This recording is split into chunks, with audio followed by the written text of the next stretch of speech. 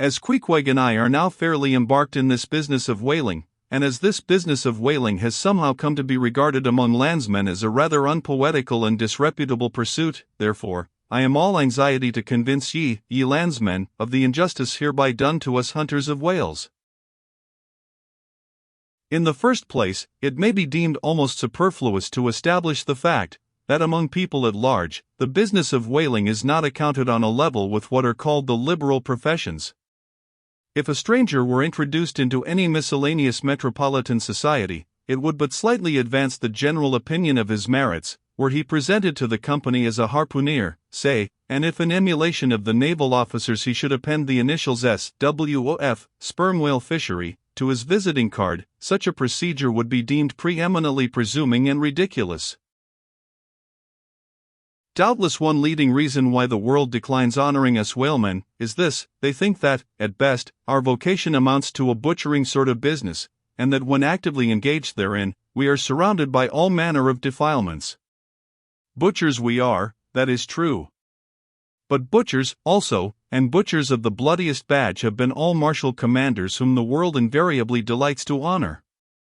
And as for the matter of the alleged uncleanliness of our business, ye shall soon be initiated into certain facts hitherto pretty generally unknown, and which, upon the whole, will triumphantly plant the sperm whaleship at least among the cleanliest things of this tidy earth. But even granting the charge in question to be true, what disordered slippery decks of a whaleship are comparable to the unspeakable carrion of those battlefields from which so many soldiers return to drink in all ladies' plaudits? And if the idea of peril so much enhances the popular conceit of the soldier's profession, let me assure ye that many a veteran who has freely marched up to a battery would quickly recoil at the apparition of the sperm whale's vast tail, fanning into eddies the air over his head. For what are the comprehensible terrors of man compared with the interlinked terrors and wonders of God? But, though the world scouts at us whale hunters, yet does it unwittingly pay us the profoundest homage, yea, and all abounding adoration. For almost all the tapers, lamps, and candles that burn round the globe, burn, as before so many shrines, to our glory. But look at this matter in other lights, weigh it in all sorts of scales, see what we whalemen are, and have been. Why did the Dutch in De Witt's time have admirals of their whaling fleets? Why did Louis XVI of France, at his own personal expense, fit out whaling ships from Dunkirk, and politely invite to that town some score or two of families from our own island of Nantucket? Why did Britain between the years 1750 and 1788 pay to her whalemen in bounties upwards of £1,000,000? And lastly, how comes it that we whalemen of America now outnumber all the rest of the banded whalemen in the world, sail a navy of upwards of 700 vessels, manned by 18,000 men, yearly consuming $4 million, the ship's worth, at the time of sailing, $20 million, and every year importing into our harbors a well-reaped harvest of $7 million? How comes all this, if there be not something puissant in whaling? But this is not the half. Look again. I freely assert that the cosmopolite philosopher cannot, for his life, point out one single peaceful influence, which within the last 60 years has operated more potentially upon the whole broad world, taken in one aggregate, than the high and mighty business of whaling. One way and another, it has begotten events so remarkable in themselves, and so continuously momentous in their sequential issues, that whaling may well be regarded as that Egyptian mother, who bore offspring themselves pregnant from her womb. It would be a hopeless, endless task to catalogue all these things. Let a handful suffice. For many years past the whaleship has been the pioneer in ferreting out the remotest and least known parts of the earth. She has explored seas and archipelagos which had no chart, where no Cook or Vancouver had ever sailed. If American and European men of war now peacefully ride in once savage harbors, let them fire salutes to the honor and glory of the whaleship, which originally showed them the way, and first interpreted between them and the savages. They may celebrate as they will the heroes of exploring expeditions, your Cooks, your Krusensterns, but I say that scores of anonymous captains have sailed out of Nantucket, that were as great, and greater than your Cook and your Krusenstern. For in their succorless empty-handedness, they, in the heathenish sharked waters, and by the beaches of unrecorded, javelin islands, battled with virgin wonders and terrors that Cook with all his marines and muskets would not willingly have dared. All that has made such a flourish of in the old South Sea voyages, those things were but the lifetime commonplaces of our heroic Nantucketers. Often, adventures which Vancouver dedicates 3 chapters to, these men accounted unworthy of being set down in the ship's common log. Ah, the world! Oh, the world! Until the whale fishery rounded Cape Horn, no commerce but colonial, scarcely any intercourse but colonial, was carried on between Europe and the long line of the opulent Spanish provinces on the Pacific coast.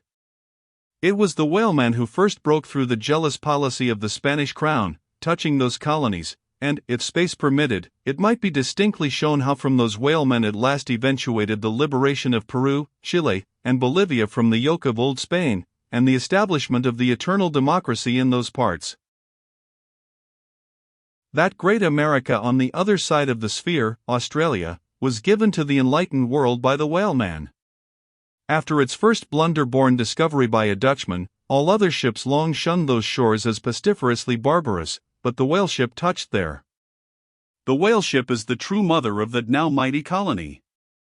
Moreover, in the infancy of the first Australian settlement, the emigrants were several times saved from starvation by the benevolent biscuit of the whale ship luckily dropping an anchor in their waters. The uncounted isles of all Polynesia confess the same truth, and do commercial homage to the whale ship, that cleared the way for the missionary and the merchant, and in many cases carried the primitive missionaries to their first destinations. If that double-bolted land, Japan, is ever to become hospitable, it is the whale ship alone to whom the credit will be due, for already she is on the threshold. But if, in the face of all this, you still declare that whaling has no aesthetically noble associations connected with it, then am I ready to shiver 50 lances with you there, and unhorse you with a split helmet every time. The whale has no famous author, and whaling no famous chronicler, you will say. The whale no famous author, and whaling no famous chronicler? Who wrote the first account of our Leviathan? Who but mighty Job? And who composed the first narrative of a whaling voyage? Who, but no less a prince than Alfred the Great, who, with his own royal pen, took down the words from Other, the Norwegian whale hunter of those times? And who pronounced our glowing eulogy in Parliament? Who, but Edmund Burke? True enough, but then whalemen themselves are poor devils, they have no good blood in their veins. No good blood in their veins? They have something better than royal blood there. The grandmother of Benjamin Franklin was Mary Morrell, afterwards, by marriage, Mary Folger, one of the old settlers of Nantucket, and the ancestress to a long line of Folgers and harpooneers, all kith and kin to noble Benjamin, this day darting the barbed iron from one side of the world to the other. Good again, but then all confess that somehow whaling is not respectable. Whaling not respectable? Whaling is imperial. By Old English statutory law, the whale is declared a royal fish, asterisk. Oh, that's only nominal. The whale himself has never figured in any grand imposing way. The whale never figured in any grand imposing way? In one of the mighty triumphs given to a Roman general upon his entering the world's capital, the bones of a whale, brought all the way from the Syrian coast, were the most conspicuous object in the cymballed procession, asterisk. Grant it, since you cite it, but, say what you will, there is no real dignity in whaling. No dignity in whaling?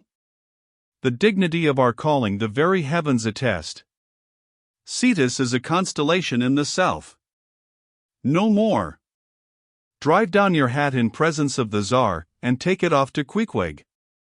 No more. I know a man that, in his lifetime, has taken 350 whales. I account that man more honorable than that great captain of antiquity who boasted of taking as many walled towns. And, as for me, if, by any possibility, there be any as yet undiscovered prime thing in me, if I shall ever deserve any real repute in that small but high-hushed world which I might not be unreasonably ambitious of, if hereafter I shall do anything that, upon the whole, a man might rather have done than to have left undone, if, at my death, my executors, or more properly my creditors, find any precious misses in my desk, then here I prospectively ascribe all the honor and the glory to whaling. For a whale ship was my Yale College and my Harvard. *See subsequent chapters for something more on this head.